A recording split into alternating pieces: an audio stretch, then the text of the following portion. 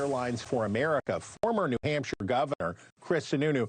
Governor, okay, your group is every major airline, 10 major air carriers in North America.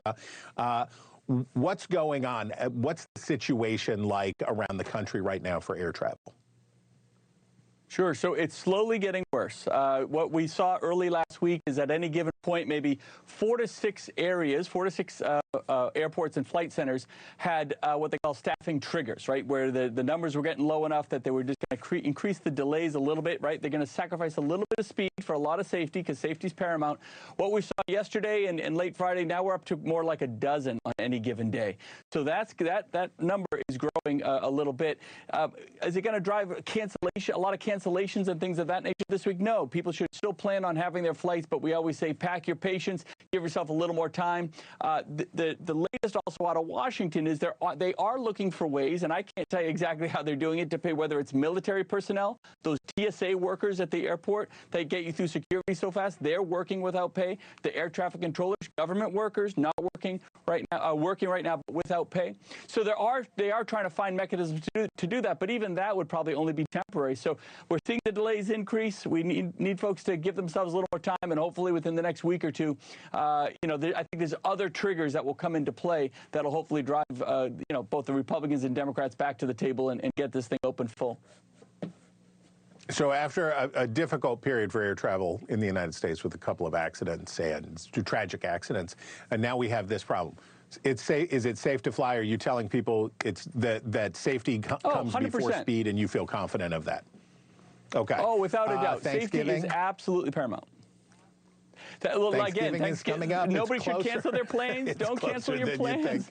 But, go see grandma, the whole 9 yards. Again, I think people have to remember there's other things. I talk a lot, as a former governor, I can talk about, we'd have 30 to 40 days of SNAP benefits, food assistance benefits in a state.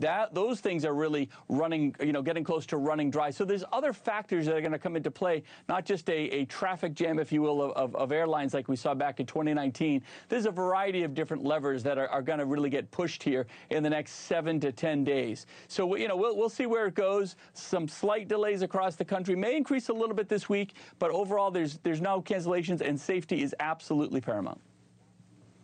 Okay, so the system itself has problems that go way beyond the shutdown, right? There's an estimated 3,000 person shortage among controllers. The systems are out of date. You have said you got to show action early, that these billions of dollars that have been appropriated, you say you got to rack up some wins early and do that. Is that really going to happen, or does this just bog down? No, it's going to happen. And I tell you, it's one of the reasons I took the job, because for the first time in 30 years, the government has allocated $12 billion to rebuilding the air traffic control system. The thing runs on floppy disks and computer coding languages that don't even really exist anymore. It literally does. Now, they have all these redundancies built in there, but it's very inefficient. That's why some of these delays happen. That's why things take so long.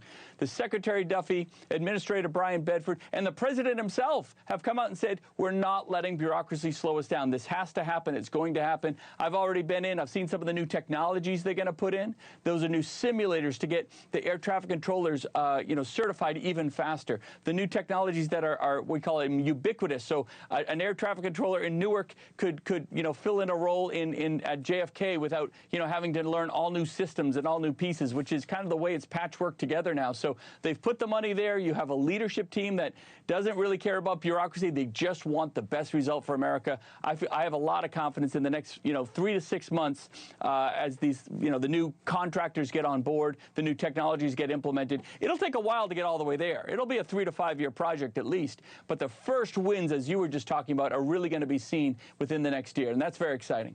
Thank you for watching. Subscribe below and download our NewsNation app right now on your phone, and you will get fact-based, unbiased news for all Americans.